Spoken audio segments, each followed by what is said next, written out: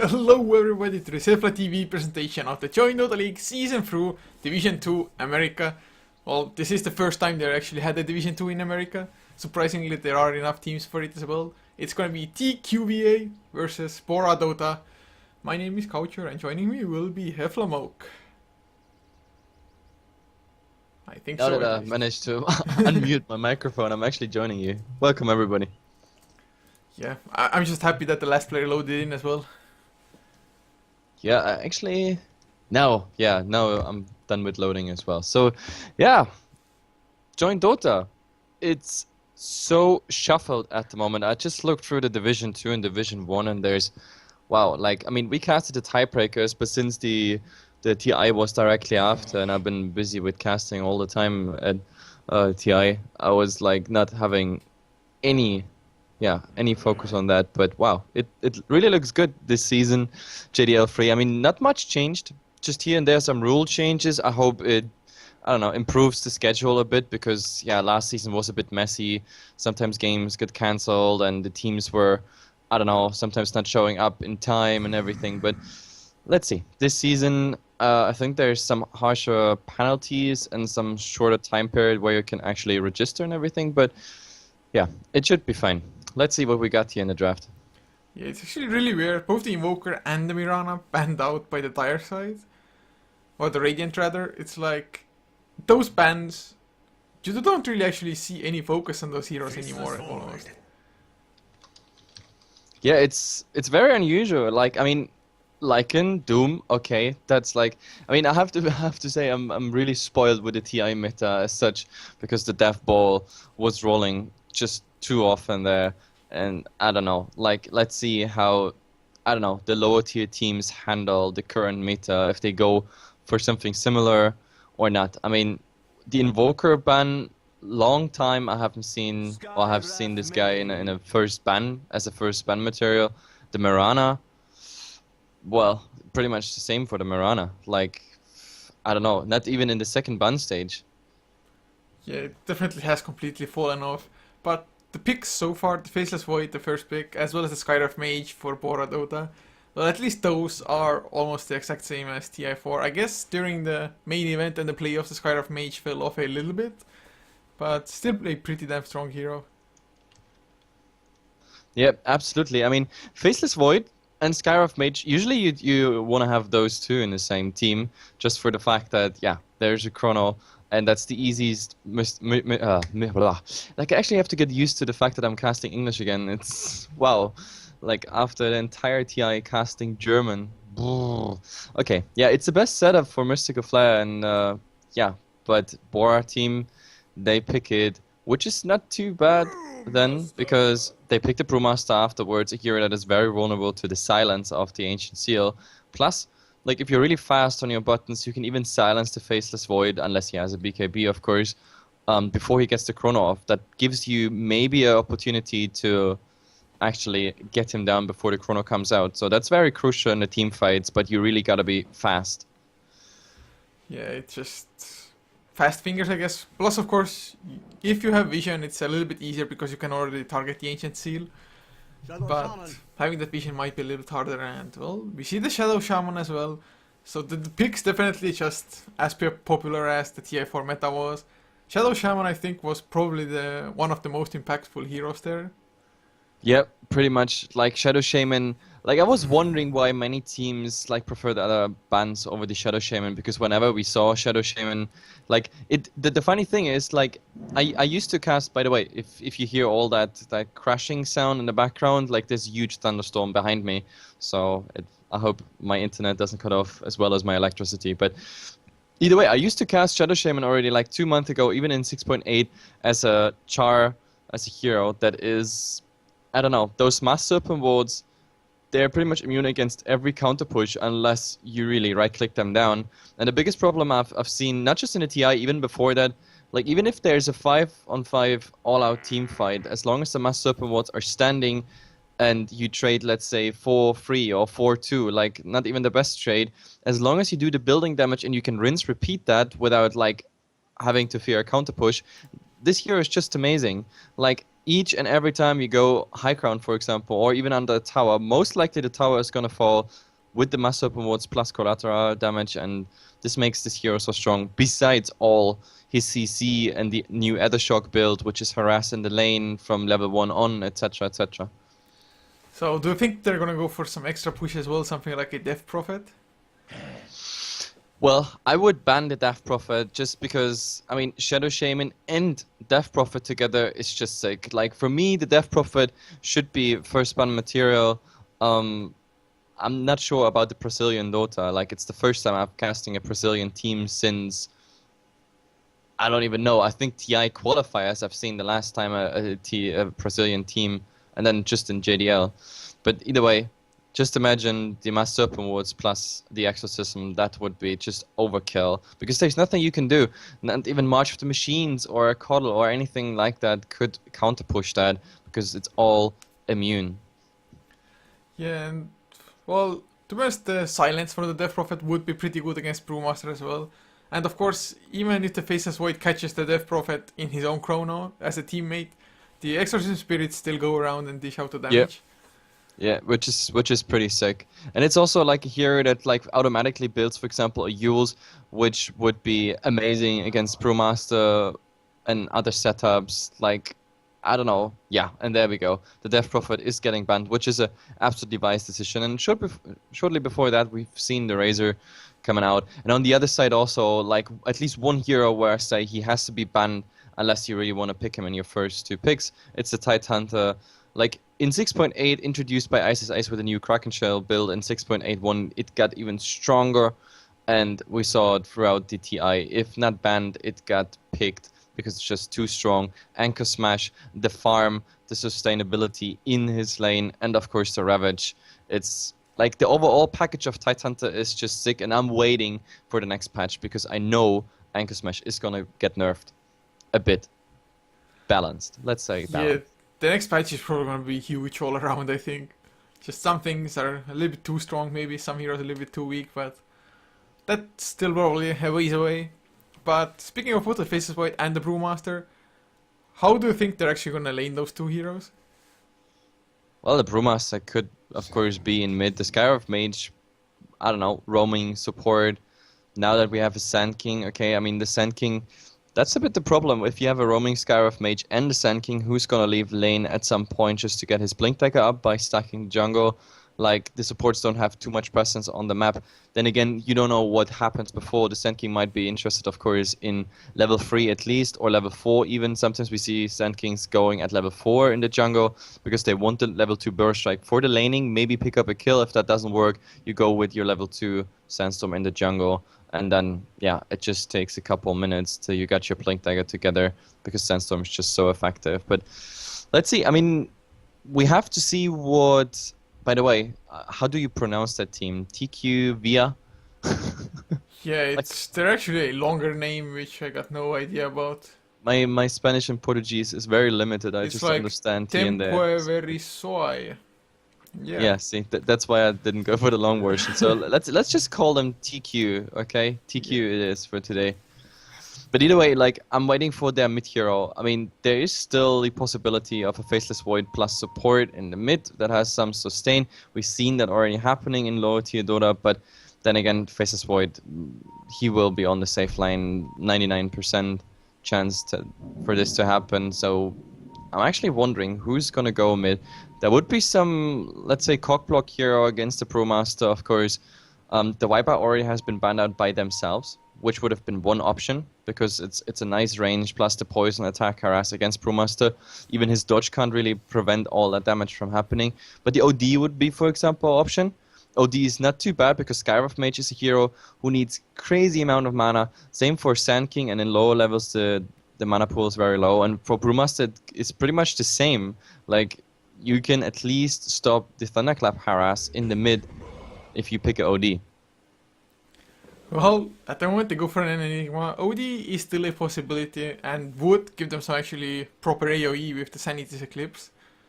But I guess OD maybe, at least recently, has fallen off because it's kind of risky. If he just doesn't take off early, he's completely useless almost.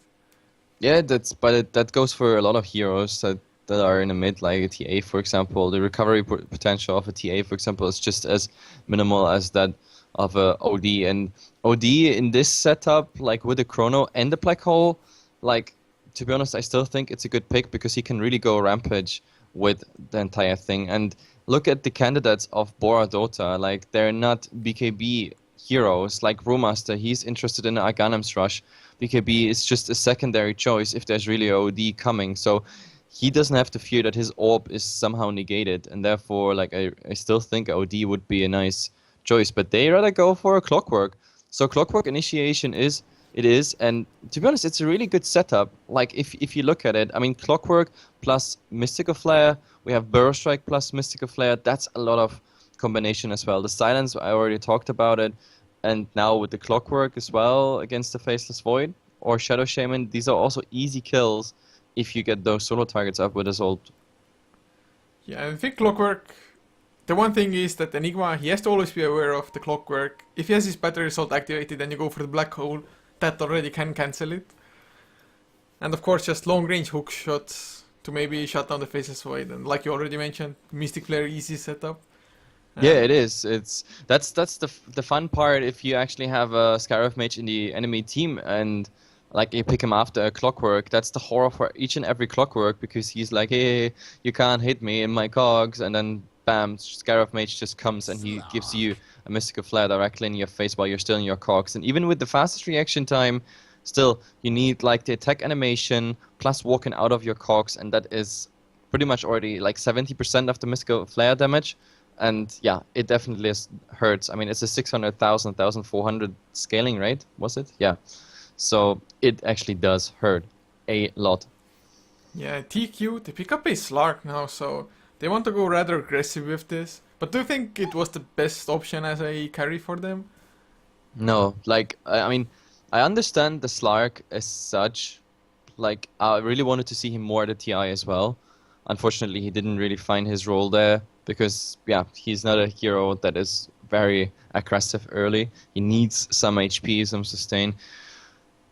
I don't like him here because of the Faceless Void. Like, you know me, and all the viewers know me by now. Like, when I see a Faceless Void, I want to see that external damage coming into the Chronosphere. And I don't care what it is. Like, it could be anything. Like, my biggest favorite, of course, is still the Witch Dog, for example. But here in this case, might not be the best choice because we have Brewmaster ulti to deal with, Burrow Strike, a Silence by the Scarab Mage, a Clockwork Hookshot, and the Interrupt. So getting the Death Ward through is really hard.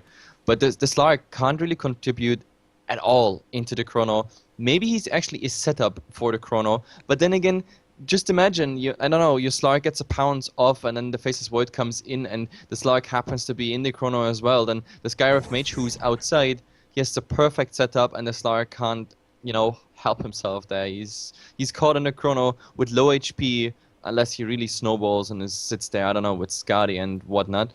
But yeah, easy kill setup and yeah, let's see, Morphling comes out. Yeah, Morphling, really nice, elusive hero, hard to actually pin him down with the Black Hole or the Chronosphere. And Slark doesn't do much either with the pounce to just waveform out of there or replicate out. Yeah, Morphling is one of those heroes that is actually quite nice as a core against the Chrono, simply because your strength morph still ticks on in the Chrono. You're not stopped like of casting it, which means you still gain the HP, which makes it of course very hard for the Faceless Void. But we've been talking about external damage into the Chrono now with the Queen of Pain, our mid candidate. That's of course nice. So that's an offlane Slark, Faceless Void, Shadow Shaman dual lane with an Enigma in the mid. So yeah, I mean, it looks good as such. To be honest, early game in my opinion still goes to BoraDota, just for the fact that they have Silence, a slow, a stun, plus a lot of like early magical damage. And on the other side, I don't know, I think they need a bit more time to come online with items as well as of course the hero abilities. So let's see how this goes. Let's introduce them first. Yeah, for TQ, up on the Radiant side, Cut will be playing the Queen of Pain with Eye Monster on the Shadow Shaman, Allen playing the Enigma Nightmare on the Slark, and the last one for them will be the offlane Faceless Void played by Pimpolho. Oh, and they say something about it depends on the admin wall, but I think we have the first go here. There's the slow already on the Rasta. Oh my god, Sanking, Burrow Strike, easy catching. Clockwork can actually get in range for the cogs, anything. Nice body blocking by the Sanking. Should be, no, actually they block him out of there. One more right click arcane ball. Sanking gets the first blood. And what a hero to get it on. Yeah, I was actually wondering why he gets the cogs over the battery assault, because he was in range for battery assault. If he would have just, you know, kept on body blocking and battery assault, the Rasta would have not moved a single step. But either way, I think you weren't done with the introduction, right? I was done with the Radiant side at least. Okay, then I go fast for the dire side. Here on the Skyrive Mage we have Aquino. Then in the offlane we're gonna find the standing pawning on the Clockwork. Then Fail. Stand and Fail, yeah, I guess that's how you pronounce it. Is playing the Sand King with the nice body block. You already showed that he is definitely aware of his hero. Ensei in the mid on the Brewmaster. And last but not least, Sky is playing the Morphling top lane, and he's gonna be solo there, at least for the moment. Well, he should be fine against Faceless Void for sure, I think. At least in most cases, unless the Faceless Void completely outlanes him. But we're talking about the fact that you prefer BoraDota early on. I think it already has a lot to do with, well, now of course, that the jungle is completely warded off against the Enigma. Yeah, it's just amazing. I mean, look at those wards. It's really, like, the mid camp blocked, or like the two mid camps blocked with one ward, the other one used as a rune ward as well, and then two sentries just to block the other camps. Enigma desperately trying to find something. He got 450 gold, so he could theoretically start to counter the whole thing. The problem is also, if you look on the map, like on the dire jungle, like he can't even go in the enemy jungle at the moment. That's the biggest problem. Like usually when you see that as an Enchantress or Chen or something, you say like, okay, go fuck yourself. I go in your jungle then. Fine with me. But in this case, there's two supports waiting for him. Two supports that could kill him at any point. Oh, it's gonna be so hard for him.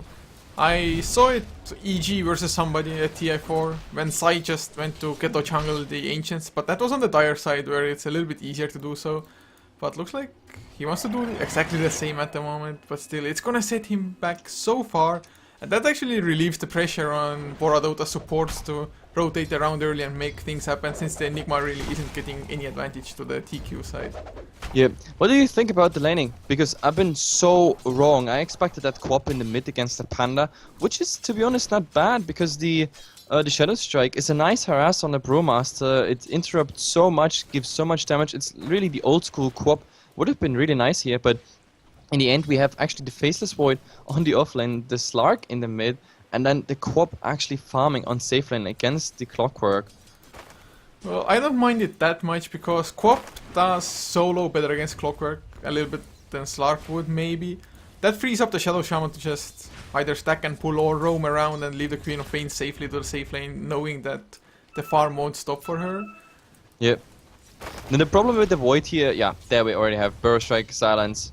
Everything's coming out now on him, but they won't have enough damage. Yeah, Time Walk. That's the biggest problem. Like, he has 1 point already in backtrack. He actually, I think he backtracked either the Arcane Bolt or the Burst Strike damage. I'm not quite sure, but the problem is, yeah, getting him down is not that easy, even though they have a nice setup, but they need more levels for it. A longer Silence, more damage on him, like level 1 Burst Strike definitely won't cut it here.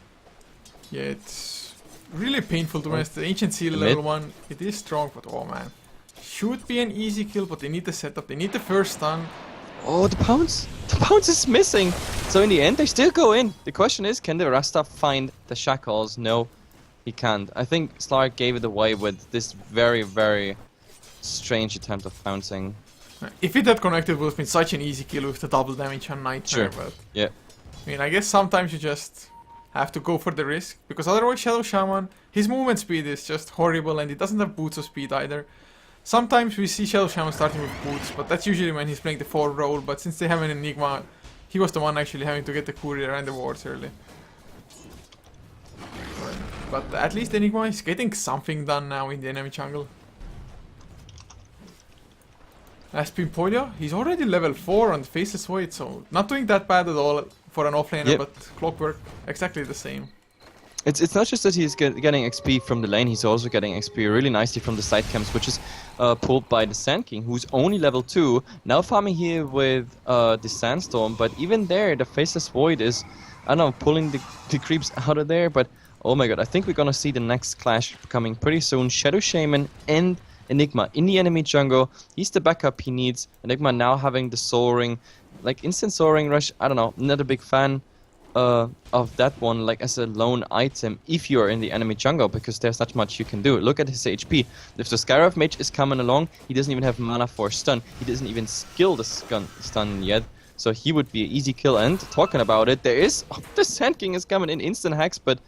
Well, this level 1 hex won't do anything. The question is now, yeah, do they go for it? Oh, I think Fel should have just run away. The pounce, oh, not even necessary. Shadow Shaman gets it with the Ether Shock. But I really think Sand King made a huge mistake there by deciding where to run. Yep. And now, really oh man, strange. Haste Rune. There's gonna be another kill, Nightmare. There's the pounce, start back to follow. The TP actually will be there in time. Shackles, nope. Nice cancel, and... I mean, suddenly Enigma, yes, he is level 2. But at least his team is still accomplishing something, and now of course sentry wards have worn off, so the 2 camps are available to him. Yep, but like the funny part is that this Enigma has done nothing. Like he was just there at the right time, at the right place, and I don't know. That they use the stacks of the enemy jungle. We have the Sand King pretty much in the neighborhood just farming, and now we have the Brewmaster. He's level 6 coming in there, and to be honest, if he gets a nice initiation on those 2, but he won't get it. He's just farming the Eidolons. Okay, nice tasty money. That's like 33 gold per Eidolon, or up to 37 actually. That's the highest gold value you can get of a Eidolon, but I don't know, at least they contest the stacks, which is good, and Enigma should know by now if the enemy team had to use sentries to block their jungle, which means if he looks at the time, those sentries are expired and the supports weren't in the enemy jungle or in the Radiant jungle, therefore. So he could go for those camps anytime now. Oh man, this... To be honest, I think it's a huge mistake what Sand King has been doing. Just level 1 Sandstorm is not enough to jungle. And he's actually been trying to do it for quite a while at the moment. Yeah, he's still level 2. Level 2.5.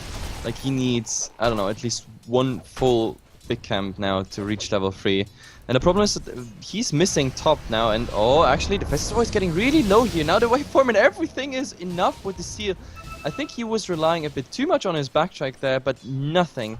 Not a single auto attack there. Plus the creeps hitting, nothing was really backtracked. And yep, that was just overconfidence. He had the chrono set up, all he had to do is just wait for someone to come in and they would have gotten at least an easy Skyrive Mage kill with, for example, a Shadow Shaman. That's level 2 at the shock, plus right clicks, plus, of course, what the Void is doing. Easy kill, but this way, nice for BoraDota. Yeah, but oh, mid lane, the Chronosphere comes out, but Nightmare, he can't help him at all, NC. He's pretty damn tanky. He actually has a double damage rune as well. Really turning it around. I really thought he's just gonna like clap right click the Void in return. Yeah. I don't know, that's exactly what I said in the draft. Like, this is, with the Slark pick, there's just this external damage missing. And now, oh, the Slark has to really care. Like, this double damage right click, he's ending up, I don't know, that was 30 HP or so. But maybe now top. The problem is, Chrono used just for shit and giggles on the mid, so I don't think they can go, and they are against 3 here in the sky. Oh, God, easy kill, slow silence, Eye Monster, there's the waveform, Burrow Strike. And Sky gets yet another kill on the Morphling. Yep, that is level 3 Ancient Seal, so we are already talking about 40% amplified, increased magical damage, and of course we have Burrow Strike level 1, which is not too much, but still, the Arcane Ball, Concussive, everything came through, and not to mention, of course, Waveform. Waveform, such a nice spell, 325 magical damage, and yeah, the HP pool of Rasta is really allergic to this. It's been such a long time since I've seen a Sand King being only level 3 8 minutes into the game. It's actually kind of a sad sight, but now he's farming up Pimpolio. Yeah, tries to actually steal some of them, but he has to be careful not to get blown up again. Yeah, that's the biggest problem. I mean, he's Oh, Chrono. but mid lane, they're gonna go in. There's the Shackles. Dark Pact as well. Will he actually pound now? He's waiting for it. What? Oh my god. And see how the pound actually barely connects. Primal Split, come on, Brewmaster. Nope. Oh, he didn't have enough mana for it or what? Yep, this was no mana on the Brewmaster. Biggest problem is his bottle is in the courier. He didn't find the 8-minute rune, which is a big problem, of course, for him, and he doesn't have a stick. Like, with a stick, that would have been easy. There were, like, to kill him here, there were over 6 spells cast. Like, this was Ethershock, Shackles, right clicks, and of course, double pounds plus the Dark Pact. Like, alone with these stick charges, you could have just escaped into your ultimate, but he prefers not to have a stick. Lane, oh, but top silence on Faceless Void. If you want right clicks, nope, time walk to the low ground. but just so much harassment from one set of abilities. Oh, Morph actually. The biggest problem is Morph could have actually pursued him here, and with the change of the power threats to intelligence, he had another waveform if he wanted to, and he could have cut off his way, like his retreat way of the void, but no, he chose to just farm, which is I guess the right thing. By the way, we saw the offlane void of Tqvia already rotating using the chrono, even though it was a sort of stupid chrono because there was no external damage, and he actually was hoping that he kills the panda alone. But what I'm really wondering is, like, when does the clockwork come into the game? Like, he's level 8 now. That's exactly what I wanted to ask you as well. I mean, he's just sitting around there. Usually clockworks, they go around the map once they hit level 6, like immediately. Yeah. That's all you need. I mean, all you need is, like, land your hookshot once you're level 6, and then get the... Like, he also has 4 points now into Battery Assault, which means whenever he finds something solo and there's no creeps whatsoever around, he can go easily for that kill. But now, maybe... That's also the biggest problem with the Brewmaster at the moment, like that he... Oh, top, we have the chrono. Well, will it be enough? The strength morph is already activated. Eye monster doesn't... Oh, actually the shackles connect, but Sky, he's just way too tanky. The face is not enough damage. Look at his HP, 1740. That's just way too much for a Void who only got a poor man's shield. I mean, he is hitting for 86 base damage. Like, he can hope for some time locks, yeah, but... Wow, that's not even enough for half of Morph's HP at the moment. And yeah, back to the Brewmaster, like his biggest problem is that he didn't have a Blink Dagger. Blink Dagger is coming out here in the 11th minute, but oh, Skyriff Mage just getting the crop kill. Went bottom. Yeah, it's, well, once again Skyriff Mage coming into play, man. The silence, so good. And actually Queen of Pain just completely gets wrecked by silence. She blinks in, has no way out, she's so damn squishy. And just immediate death. And actually, not only the Brewmaster got his blink, because also the Sand King has it now. Yeah, so this is also the first time the Clockwork is actually involved in something, which gives him... Oh, mid lane blink, Thunderclap, Primal Split as well. Eye Monster might be in trouble. Actually activates his Mass Serpent Wars, he's on the run. Might be able to escape somehow. Firebrand already dead. Nope, the right click. Actually, Eye Monster. He stopped for a little while. Be careful. Oh, but the last Arcane Bolt. But look at the damage from the Mass Serpent Wars. He's really low. The Slark pouncing. Oh, but Queen of Pain is there. Like, it's a really unfortunate blink, actually, because she's landing in the trees, but it's enough. It's enough for the Skyriff Mage. So it's a support for support trade so far, but a lot of rotations necessary here. Man, is it just me, or does it feel like Nightmare on the Slark is kind of missing with his pounces? So far he only landed 1 pounce, yeah. Oh, but Clockwork here, that might actually be dangerous, like against... Now, oh, the courier scouting out. Oh my god. Actually, he doesn't know what to go for. He's running after the courier, but they're not going for the kill. It's like, Clockwork, come on, grab that guy. But the Skyriff Mage is there as well. Gets the slow onto Enigma, and they didn't get the courier, they didn't get any kills, although fail.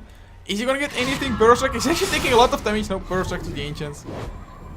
So he's gonna be safe, but just both teams running around and not committing to any kills. Yeah, absolutely. But you can see, like, alone the presence of a stun plus, of course, the silence of the Skyriff Mage, that is enough. But now, oh my god, he goes directly on the poor Sand King. He's already dead, but now the silence on the poor Slark. But now he's just using his ultimate. The hookshot is missing. Oh my god! But now he's still in trouble. Yeah, he's probably gonna go down. He has the TP, but Pounce, not enough mana for the TP anymore. Man, well, you can hide fishy, hide fishy. Well, he's reaching up at least now. He loses vision. Oh my, he's so dead. Oh, you found him. And there we go. Yeah. Too bad. Yeah, I think he should have tried to run this out. Like, really, run into the enemy jungle, like, between tier 2 and tier 1. That would have been his only chance, because if he really hides there behind the trees, there's no way he's regaining any mana, because he doesn't have any mana items whatsoever after his bottle is depleted. And therefore, yeah, if you're getting caught out in such a position... But I guess he got at least 1 kill. Then again, not really worth it. A Sand King who's under-leveled anyway. Do you actually approve of him going for straight-up Shadow Blade? I mean, I myself would have preferred at least finishing Power Trades before. Yeah, like the PTs as stats. Like in this case, for example, the PTs would have saved him. Oh, but the Blink Epicenter with the Thunderclap to follow up as well. Should be an easy kill, but Skyriff Mage gets blown up, fail. Dies as well, the Shadow Shaman, man. He was pretty damn tanky, and now Enigma, he is qualifying, so looks like he's gonna be a 2-for-2 cut. Just blinks out, but Nightmare sitting around wants to go for easy kills. Bounce. Darkback should be getting 1 kill. Is he gonna go for more? Come on, NC. No, he blinks out. Yep. So, man, actually, this didn't even start that bad for BoraDota here, but in the end they still traded 2 for 1. It was just 2 supports going down, and TQ got the tower as well. Like, there we come back to the topic of mass serpent wards. So in the end, a pretty horrible trade for BoraDota, except for the Panda. Everybody made it out relatively safe. And I don't know, like just those 3 people down and the tower. Not really good trade. Considering that they were the ones initiating with double blink daggers and the epicenter as well. Yeah, I thought like, oh my god, TQ, they're gonna get wrecked, but not happening. And now that same Midas finished on the Faceless Void as well, a really late one. But with the Midas, he actually ensures that he's gonna get the levels as well as the farm to be a carry later on in the game. Yeah, absolutely. I mean, the problem is the initiation looked good, at least on paper, but I mean, after all, this was just a level 1 epicenter. Like, it was also just on the edge. I think just one person actually got the full duration of the epicenter, and the second one there got just a bit glimpsed by the damage, like the 3rd pulse or so. And level 1 epicenter is nothing you really are too excited about. That's the biggest problem. Like, you need really the level 2 to make significant damage. Plus, of course, the targets there. Like, I mean, just compare the level. It's a level 6 Sand King, because he really had a horrible start. And on the other side, like, even the supports are like 2 levels ahead. Like, the Enigma is level 8 with a mech. We have then, of course, the Shadow Shaman. Like, he doesn't have any HP items, anything that boosts his HP, so he might be level 8, but still 777 HP. That's like an epicenter and a thunderclap. That's pretty much enough to kill him. Yeah, I mean, it was enough. That actually was what happened last fight. Although he survived for a surprisingly long time. I think Magic Wand, of course, came into play there. And the most important thing was that he got all of his spells off before dying, so I mean, support dying after his spells have been depleted anyway, it's really not a big deal. And actually, there's an Orchid now finished on the Queen of Pain as well. Yep. I'm actually wondering, like, I mean, the Orchid on the Queen of Pain, that was to be expected, to be honest. It's already courier, it's flying out. She is somewhere in the enemy. No, where's the Queen of Pain? No, actually, she's in the bottom line, and the courier is heading home. So it still takes like at least 30 seconds till that courier delivers its load there. But we have like Enigma and the Shadow Shaman now heading towards the enemy jungle. There's actually a nice positioning here at the moment. Like, the Skywrath Mage and the Morph might be caught out in 1 chrono here, which is of course very, very bad. We have Midnight Pulse, which is a percentage scale, which, yeah, is absolutely fine to just put 1 point in there, and then you max your Malefice stun. But let's see. I mean, we have that plus the Ether Shock plus the right clicks. Let's see if that's actually enough for the Morph. It's definitely enough for the Skywrath Mage, but something else, like, we've been talking about the Slark not hitting too many pounces. Maybe actually his disconnect explains it. Maybe he's having some lag issues. But this is 2 Brazilian teams against each other, so they should play on a very convenient server, I think. Yeah, it's really hard to actually guess what the external factor. Baited! Illusion! Oh my god. But the Mystic Fair was fail as well. A double member, so I can actually get any kills. The sentries down fail. There's the Mass Serpent Wars as well. They're gonna get an easy kill on the Sand King. And Pimpoyo, he wants revenge for that little cheat. And actually, how Clockwork, he just cocked himself in. But now, oh, Sky. There's the Shackles, but Thunderclap comes in. Monster is dropping so damn low. Nightmare finally joins the fight. Gonna get an easy kill onto the Skywrath Mage. Gonna go for, oh, Bounce once again missing.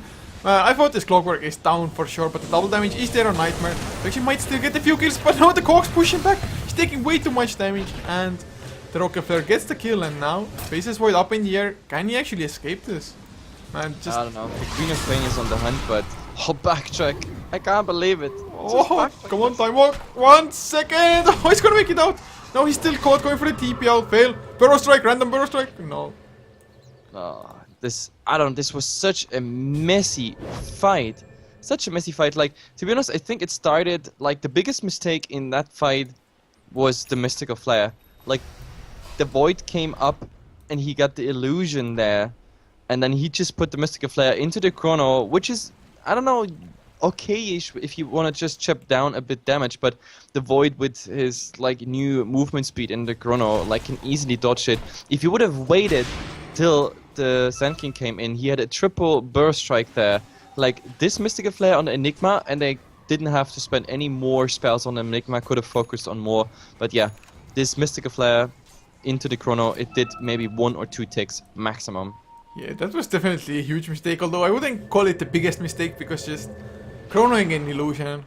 But I have to agree, the Skyrim Mage could have made the difference, but the hook shot by Monster, he's gonna go down once again, or is it the right click's coming in? But Mech is there, there's the Mystic Flare onto 2, that's what we were looking for, and now Nightmare, he's on the run, but the Berserker catches him. Will there be a waveform? No, he activates his ultimate, Thunderclap actually slows him down, he's so damn low, the regen is not gonna be enough, Silenced up as well, he uses the Shadow Blade, oh they don't have detection, the last Arcane Bolt followed him. Oh, Rocket Flare, man, nicely done by Clock. Like the Ancient Seal was still on him while he was in that Shadow Blade, and so the Rocket even doing their increased damage, of course. So in the end, another horrible fight for TQ here. Like they really wanted to initiate, but the Clockwork with this brave hookshot like on the Rasta, and then the double flare plus the double waveform, like it really looked like they can survive against the Clockwork and make something happen. But like as soon as this damage came in, like it's just, yeah, amazing. That was 1000. No, wait, he's level 1. Oh, he's not level 11 yet. This is the level 1 Mystic Flare. So this was just 600 damage shared amongst 2 people. So 300 for each, minus 30%. It's not too big, but of course plus the waveform. But now in the mid we gotta smoke. Let's see what this one is looking for. Oh, there would be some nice candidates like, yeah, there are some. Oh, poor Eye Monster. I mean, he's the easiest hero to kill there, Thunderclap, just to secure the kill by NC, and now he got the blink out, they need additional lockdown, Sky comes in, there's the silence as well. Man, just a disaster, BoraDota, they've started winning every single team fight and quite handily as well. Yep, like as soon as this Clockwork gets a proper initiation and the Skywrath Mage is there to actually silence the right targets, and they want to go for more. No! Oh, the pounce! Oh, he just can't get enough. Now the Dark Pact is gonna get the kill anyway, or no, one right click, that's all they need, TP out by Skywrath Mage. They're gonna get the kill, there's the Black Hole, but the Primal Split was there. Actually the Chronosphere catches free, it's pretty decent, but there's the Epicenter coming up, Pimpolio, he's so low, he goes down. Actually nice pounce by Nightmare onto the low ground, the Berserk off target by Fail. Nightmare, is he gonna survive this? He might, nope. Adaptive Strike gets the kill. And just, they only got the Skywrath.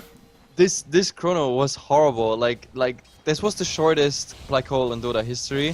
That was up for about 0.1 seconds. And then the Chrono, which didn't just call all the enemies, it also called all your allies. So in the end it was a perfect setup for the Sand King. Unfortunately the Sand King not being in your own team, and therefore bad Chrono. Oh wow, this is this is just looking bad, and to be honest, this was still a level 1 epicenter. Sand King is only level 8. Yep, I think it's also time we look in the graphs. We're here in the 20th minute, 7 kill advantage at the moment for BoraDota. Like they actually, like so far it looked very like close in pretty much everything, especially when it came to kills and lane presence, whatnot. But like for the last 3-4 minutes, which included like almost 2 or 3 full team fights, they started to snowball a bit, and yeah, while they do Roshan right now, we should look into the graphs. Yeah, it's gold-wise, almost 3,000 now. It's actually a 5,000 swing, because it used to be 2,000 for TQ. And XP, well, almost the same story, from like 1,500 to 7.5, now dropping to 6 or so. Yeah. But the Roshan will just expand their lead even more a little bit. Power-wise though, you can definitely see what I just said. Like about 3-4 minutes they started these fights, and like at least 2 times they traded really horrible, like before they actually managed to trade okay-ish.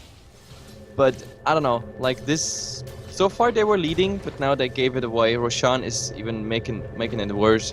So they rotate, and yeah, right now I think they can just wait back for all their cooldowns. They also know now the big cooldowns are out, like the Black Hole for example. Nothing to fear there. And let's see, Clock hunting the Slark. That would be definitely interesting. I thought it's gonna go for just a complete YOLO hook there. He would have known that the pounce is off cooldown, well. But Shadow Blade, he could have been there and Shadow Blade, then Tilla support with vision detection would have come there. Like that would have been just too much time. Not to mention the Skywrath match was the closest one with any detection. At the moment BoraDota only has 1 detection in the form of 1 sentry ward, and therefore, yeah, Not really worth to waste a hookshot there. Yeah, and to be honest, BoraDota, I think they can kind of force the issue. They have the Aegis on the Morphling, as well as the Aghanim Scepter already on the Brewmaster as well. And to be honest, the Aghanim Scepter on Brewmaster just increases his damage output so much. Double Thunderclaps, of course, the biggest part of it. Yeah, absolutely. And I think this is going either towards a massive fight or a tower trade. But yeah, massive wards are down here. The tier 2 tower is already getting chipped away. There's rockets, of course, flying in. And the Void is to the side. If he finds a nice chrono, that would, of course, be really nice. Especially... Oh no, they are going back. They don't want to fight. They just want to do the damage on the tower and then go back. I don't know if that's too good of a decision because, I don't know, in the end, they only got like, what, 70% of the tower plus the wards were completely farmed away, which is, yeah, another 300 gold towards BoraDota, and they retreat. I guess they want to wait for the black hole just to make sure for the next fight they have it. Then again, no BKB on the Enigma, so it still can be interrupted like last time, where it only lasted like half a second. Yeah, and at least the Dire Courier died at the same time, I think, when the tower push was happening. So some gold going for TQ, although the tower survived. But look, they said like, hey guys, we had to rotate in the bottom lane anyway, so why not just take in this tower? Like, since TQ TP'd out, they can't TP in anymore. Of course, those who could, they have TP cooldown, and the others that like don't have TP cooldown, they are just not enough. And now, oh look, a rainbow of rotations here top. They actually might go. There is a Morphling, of course. There's the slow now on the Void. If they actually silence plus a burst strike, that would have been enough to actually kill him. But oh my god, we have engaged here. Might be in trouble. The Pounce once again off target. Nightmare. I mean, I'm not sure if he's just not comfortable with the hero or what the case is, but we might see a hook shot. Clockwork, no. Not gonna just tempt his fate. Oh, now actually, after the time walk, that might be interesting, but no hook shots today. They all retreat. But yeah, the Slark not landing those pounces is really a big problem, because like here I had the feeling he could have at least forced out the Panda's ultimate. Like if the Panda would have been in a pounce, like held there, like knowing the enemy team is coming with more reinforcements, then yeah, the ultimate would have been out, and therefore a nice way to start the fight, even against the Aegis. But without landing the pounces, then yeah, the Panda was just like, oh yeah, okay, well, just hit me here and there, dodge a bit, and I'll just run away and you can't do anything. It definitely would have been scary for the Panda if he had gotten pounced, because of course the Orchid up on the Queen of Pain, but now, oh my god, the shotgun is ready. Yep, shotgun still protected by the Aegis.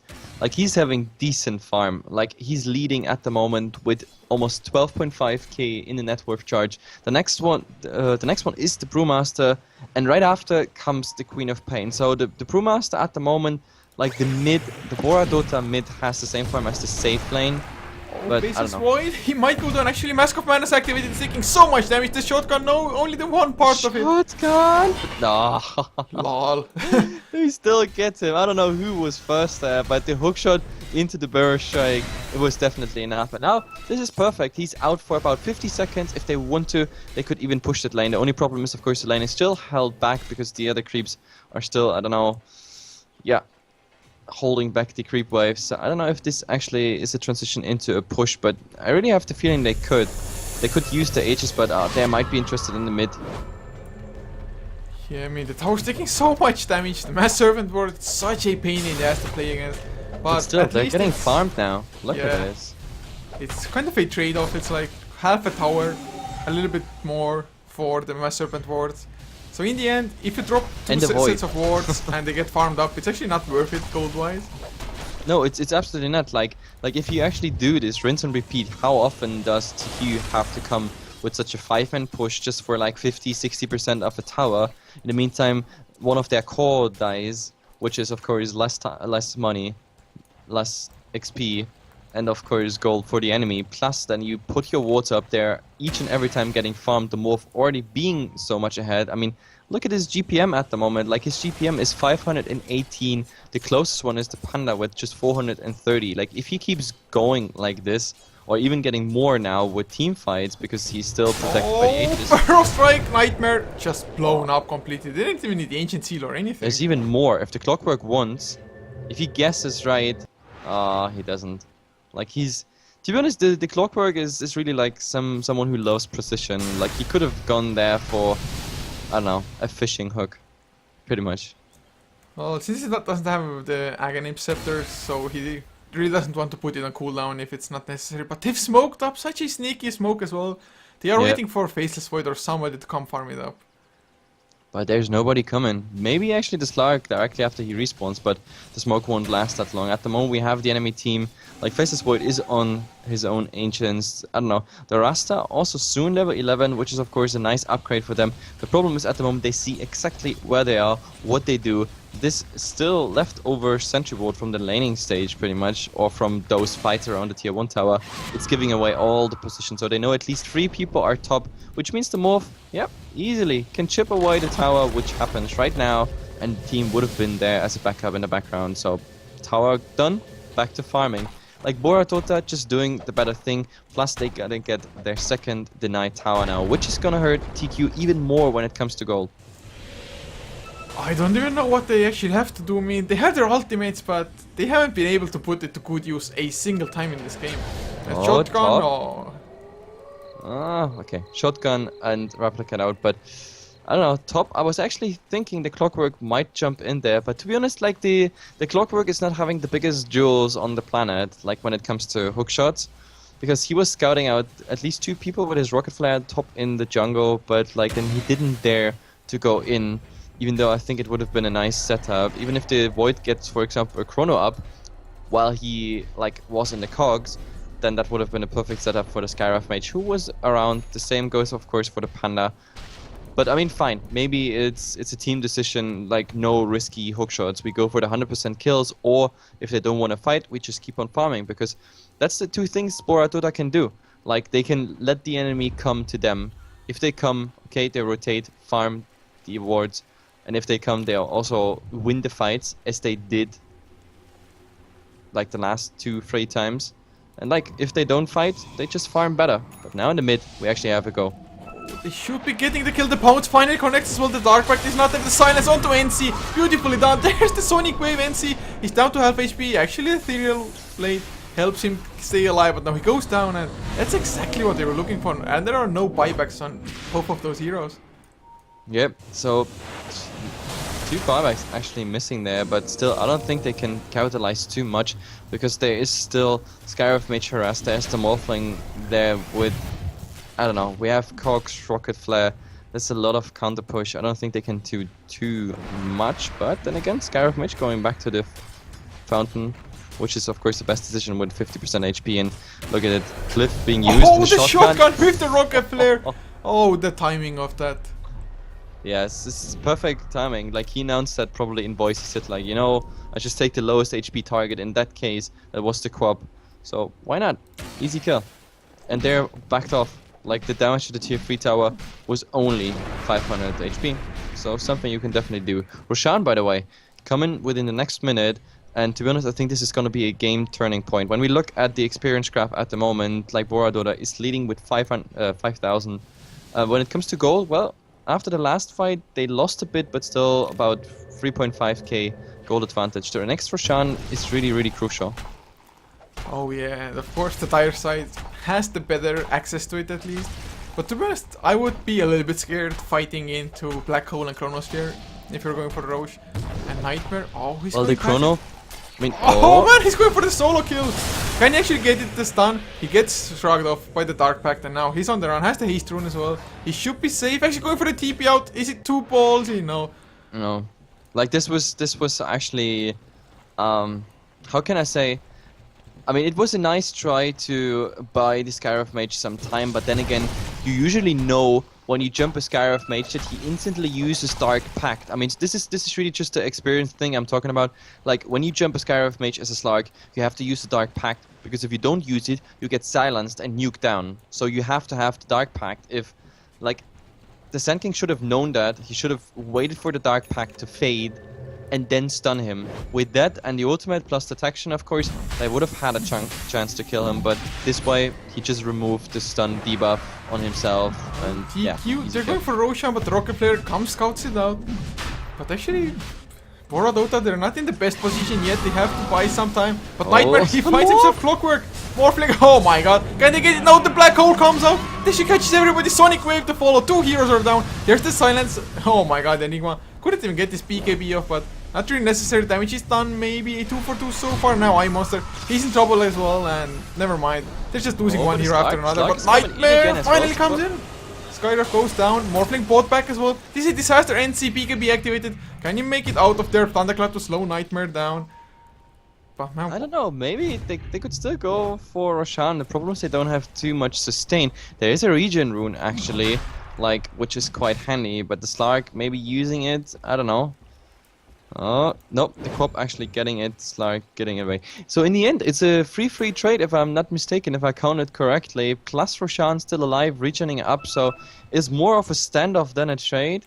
So let's see. Morphling bought back there as well. Okay, so actually it's slightly in favor for TQ here. So I don't know, like, but still, there is still the danger of not going in there. Plus, like, I think BoraDota they could if they get, yeah, that's what they do right now is just what I wanted to say. I think they could go on Roshan. First of all, Roshan is half HP. Second of all 3 of them can go undetected into the Rosh pit as they did, and yeah, Roshan goes down. That was a perfect setup for them, so this makes it in the end worth it. Again, oh, the Berserk connects to Nightmare, the shotgun! Nice. That was well executed. Nice blink burst strike, perfect setup, no dark pack to remove it, no time to go into the shadow dance. So now this was definitely better trade for BoraDota. Before a 3-3 with a buyback, but Roshan, sneaky Roshan. And the Slark on top of it, so yeah, perfect. Yeah, at least the Slark has buyback, because with 50 seconds, BoraDota should easily be able to make it to high ground. Of course, they don't have flashy Mass Serpent Force or anything to speed up the push significantly, but to be honest, Sky, with his own right click, is dealing a lot of damage to the towers already. Yep.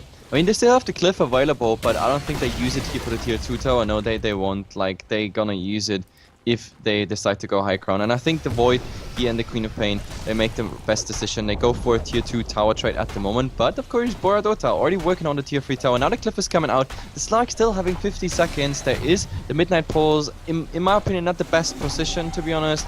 He could have really placed that much better. But then he's afraid that there's a Blink Dagger initiation. And they're going back. 80% damage on the tower done, plus of course tier 2 before, which was traded then in return with the bottom lane, but yeah, they're not interested. And I think it's the right decision, because at the moment, BoraDota, they should be fine. The more fighting here and there kills, they got Roshan, they got Aegis.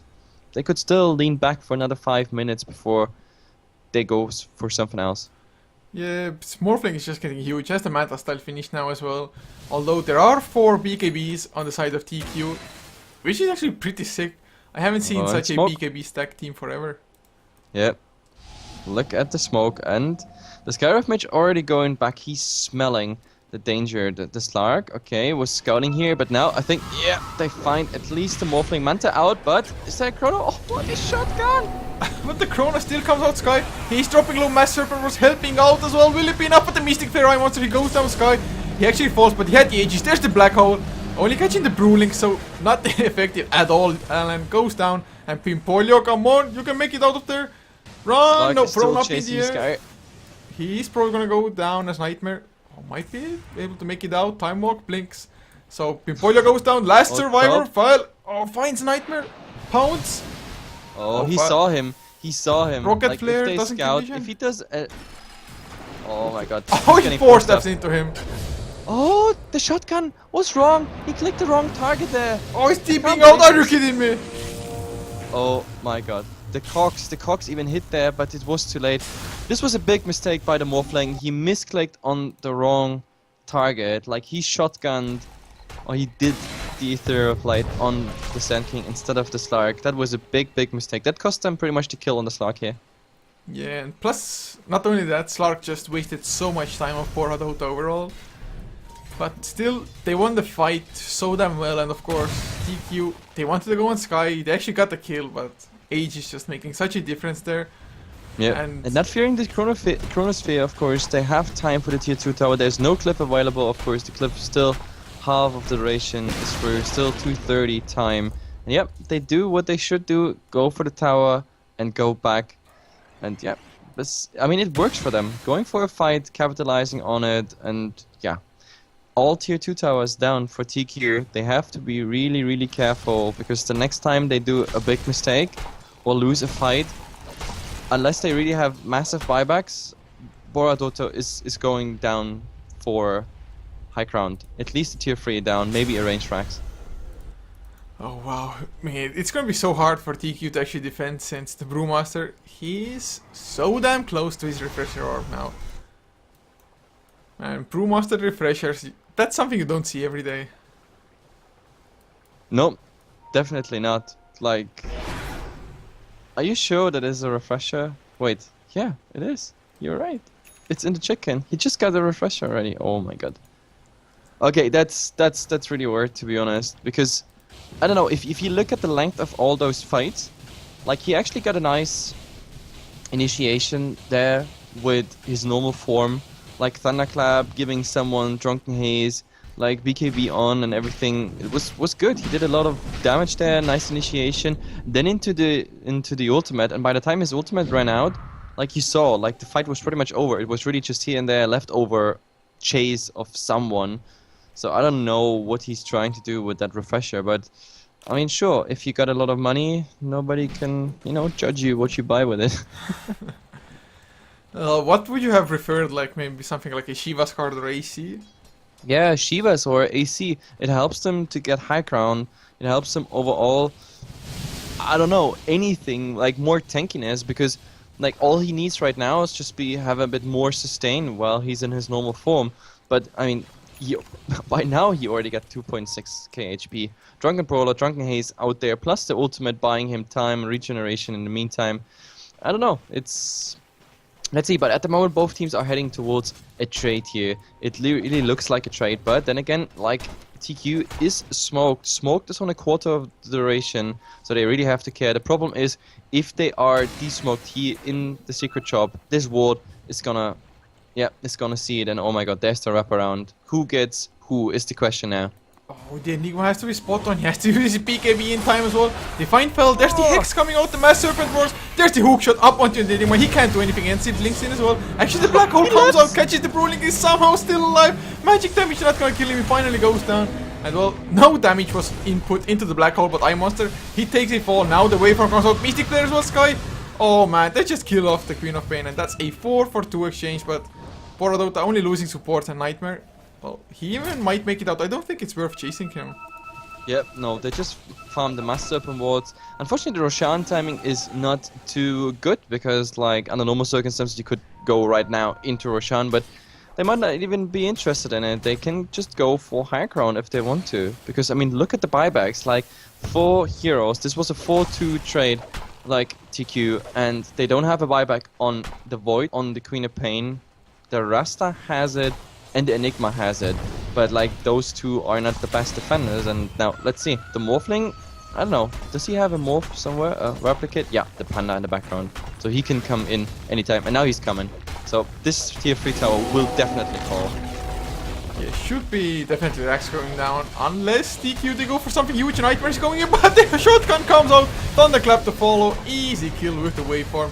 I mean, this might be GG, but he buys back a nice Chrono. This time catches 3 heroes, but still no damage input, no Sonic Wave. Queen of Pain is dead, but Clockwork, he gets shackled, he goes down, but there is the Refresher Orb. Second ultimate, Primal Split goes out, and he just uses it to escape. Yep, I don't know, like a refresher just for the retreats. But he has to be careful though, because his Earth Panda is blocked. Like, the problem is, he will respawn in this Earth Panda, and now he's trying to, like, oh, there's the Thunderclap, but... Oh, but the epicenter burst, like, Mech keeps them alive for a time being, but silence, they get popped. The Mystic Flare get 1 kill, Nightmare pops his own BKB, he's on the chase, Fell, can you blink, Pharaoh Strike, no, he's hexed up, cut, actually probably gonna get the kill, Orchid just in case, and now NC, he's gonna fall as well, shackled up. This was a bad idea. I think they, like, first of all, we've seen how useless a Refresher Orb is if they actually manage to single out your Earth Panda, plus they really tried to re-engage it. I mean, the idea wasn't bad, but it really went bad, like the entire thing. And now we have to actually look on the buybacks on the other side. Clockwork, no, and he's, oh well, actually Clockwork has a buyback, but 10 seconds earning him. Skywrath Mage, no. Now we have it. Yeah, the Brewmaster is the one who's crucial. The Sand King also doesn't have a buyback. He's actually 100 gold short. which is of course really bad. But they buy enough time with that flip and shotgun. Oh man, monster couldn't do anything and got the silence onto Sky. Will it be enough? Got dropping low as well. NC is there. Nice cogs coming out by the Clockwork, but now Sky. Nope, he replicates out. He's safe. Nightmare though, he's actually dishing out a lot of damage. Got goes down, can they go for more? Enigma getting chased down by NC. Just right clicks Thunderclap. He's gonna go down for sure as they clean up in the base as well.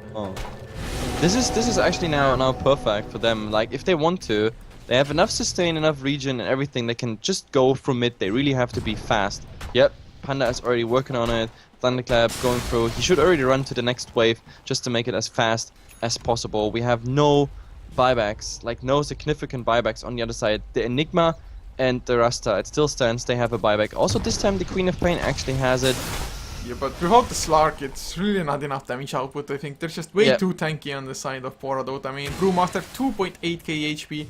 Eye of Sky was they ignore the range tracks. They want to go for the tier 3 tower here in bottom, and the buybacks are coming. This is really costly for TK. I don't know, like if they can defend, they're still in the game, but I don't think they can defend this. They have to wait for awesome Chrono, but the Chrono, he's TPing back right now. BKB on. In by NC, the Chrono actually catches to what will it be enough. Sky, he is taking a lot of damage. A nice hookshot stopping God from outputting damage, and now Sky activates his Mata, going for the right clicks. Eye of Sky, the Pimpoilio completely out of mana. Sky, way too tanky, but the Black Goal actually catches free. Pimpoilio, his right clicks, they're not doing anything. Faces wide, the damage output just isn't strong enough, and now, Sky actually might fall down. Nope, wait for him. They get the counter killing instead, and now Allen, he's the one on the run as well. This is probably gonna be GG.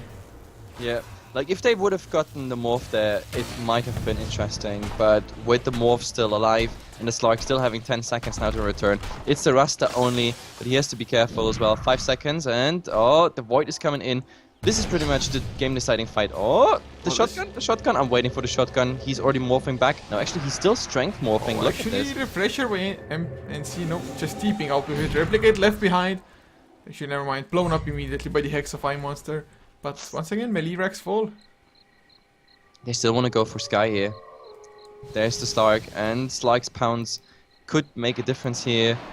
But he has to get the kill. Nice Ethereal Blade to slow Nightmare down. Nice force step as well by the Clockwork. Sky, he can't afford to die here, and well.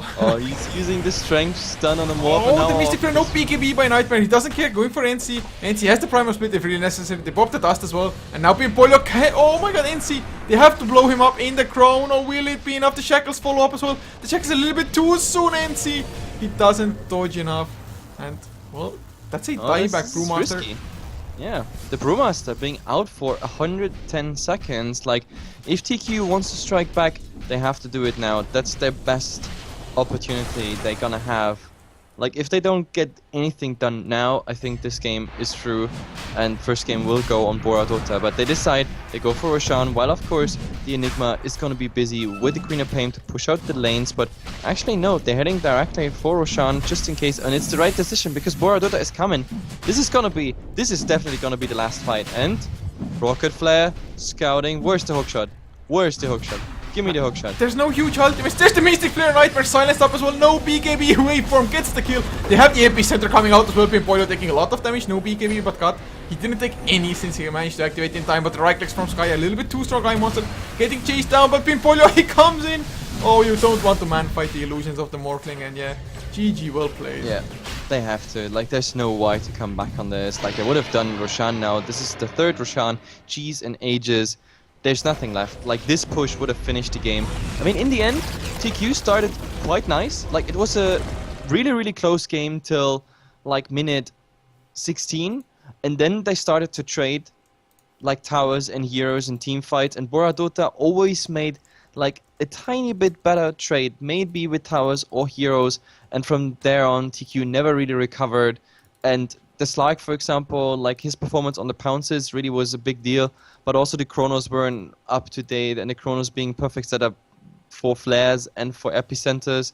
I think this game was, I don't know, the Faceless Void was just lacking something that goes into the Chrono, plus his position on the offline wasn't too good. Either way, this is a best of 2, guys, so hang in there. Second game will come. My name is HeflaTV, and with me is Casting Culture. Hell yeah! And of course, if you enjoyed, be sure to follow not only this channel on Twitch, but also HeflaTV1 and HeflaTV, the English channels for us. You can find them below the stream anyway, or the links, and their social media. All of the possible social media are all HeflaTV as well. So just a few songs as we wait for game number 2.